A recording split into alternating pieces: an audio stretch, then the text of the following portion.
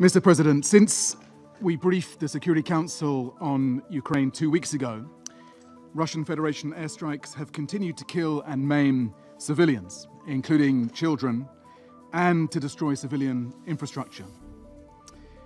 A massive strike in the densely populated city of Kryvyi Rih in the Dnipro region last Friday resulted in multiple civilian casualties, the second fatal attack on the city in a week.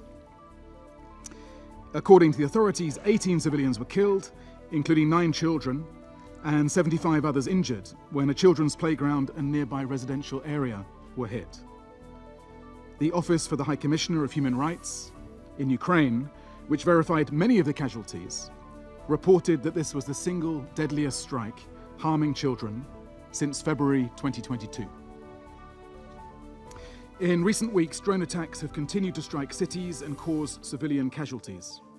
Civilian infrastructure, including healthcare facilities, apartment blocks, schools, and children's playgrounds, have suffered extensive damage. This brutal pattern of civilian death and destruction in populated areas must stop.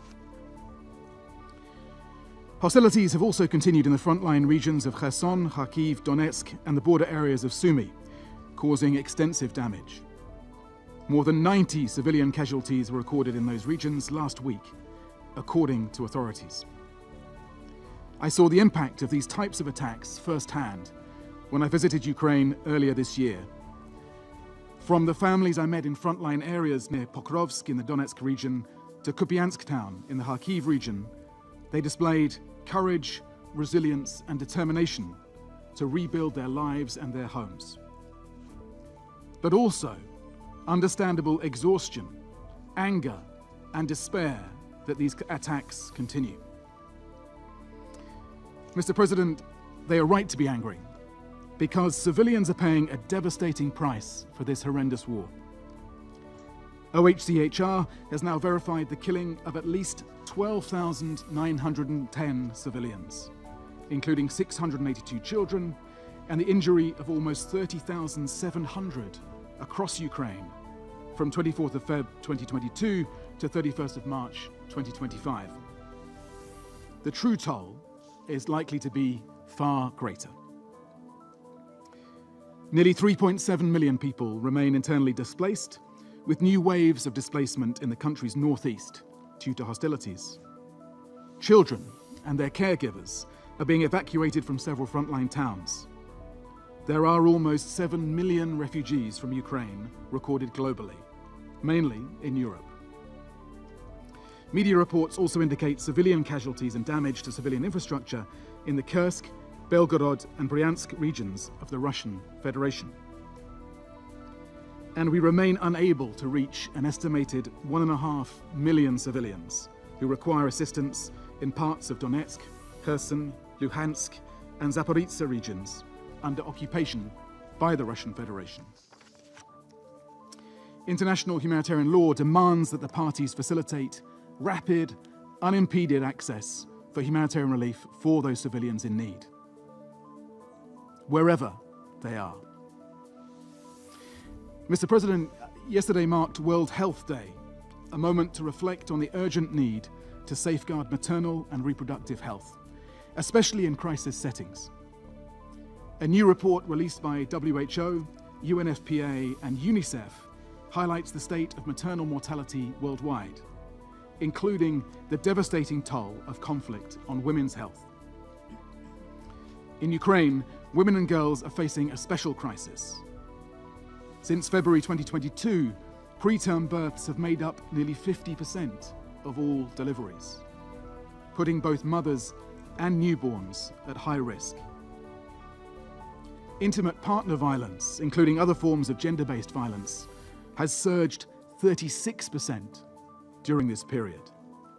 Displaced women, especially refugees, are among those facing the most severe mental health challenges, with limited access to protection and care.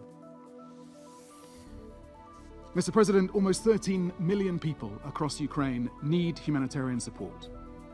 The majority are women, children, older people, and people with disabilities. In the first 2 months of 2025, 290 humanitarian organizations, many national NGOs, reached 1.7 million people with vital aid and services, including emergency support following strikes. Thanks to the generosity of donors, 17% of the $2.6 billion needed for the 2025 Ukraine Humanitarian Needs and Response Plan that I launched with Filippo Grandi in January in Kyiv has been secured. But far more is clearly needed. And of course, now we're having to scale back critical programs. As part of our wider humanitarian reset in response to funding cuts, we and partners are focusing limited resources on just 4 strategic, urgent priorities: supporting frontline communities, the emergency response, facilitating evacuations, and helping the displaced.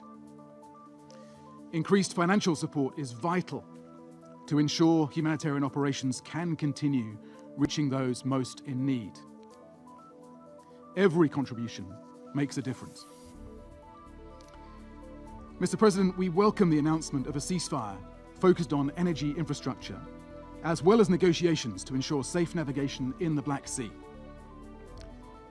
Ultimately, the best protection of civilians is that this war ends. Until it does, the negotiating priority, whether as part of a temporary pause or a lasting agreement, must start from the needs and protection of civilians. And while talks continue, the fighting rages on. Civilians continue to suffer, and the humanitarian crisis deepens by the day. Mr. President, my 2 asks today of the Security Council, and indeed the wider international community, go beyond Ukraine alone. Firstly, I must reiterate that under international humanitarian law that this Council is here to defend, parties to conflicts must protect civilians and civilian infrastructure. Indiscriminate attacks on civilians are strictly prohibited. There must be limits to how war is waged. At its best, this Council and the member states here have upheld that idea that even wars have rules. Is that not why we are here? And yet, on my visits from Ukraine to Gaza, to Sudan, to Lebanon, to Myanmar, from where I returned yesterday, I'm seeing the opposite. That not only are we not standing robustly for international law, but in some cases we are supporting its debasement. That's the common thread that links these conflicts. And if your principles apply only to your opponents, then they are not humanitarian principles. The world is getting more dangerous for civilians. On our watch, please, you can do more to ensure that this era of increasingly belligerent, transactional, self-defeating nationalism is not also remembered as one of callous impunity and brutal indifference, in which the rights of civilians are discarded again and again with a shrug. If we do not make our stand on this point consistently and unequivocally, then what do we stand for anymore? And how can we expect anyone to listen to us or hope that others will make better choices in the future? My second ask, Mr. President, is, of course, for the funding to save lives in an increasingly dangerous environment and this era of savage cuts. If you cannot stop the attacks on civilians in Ukraine and elsewhere, please at least give us the security to operate and the resources we need to save as many survivors as we can.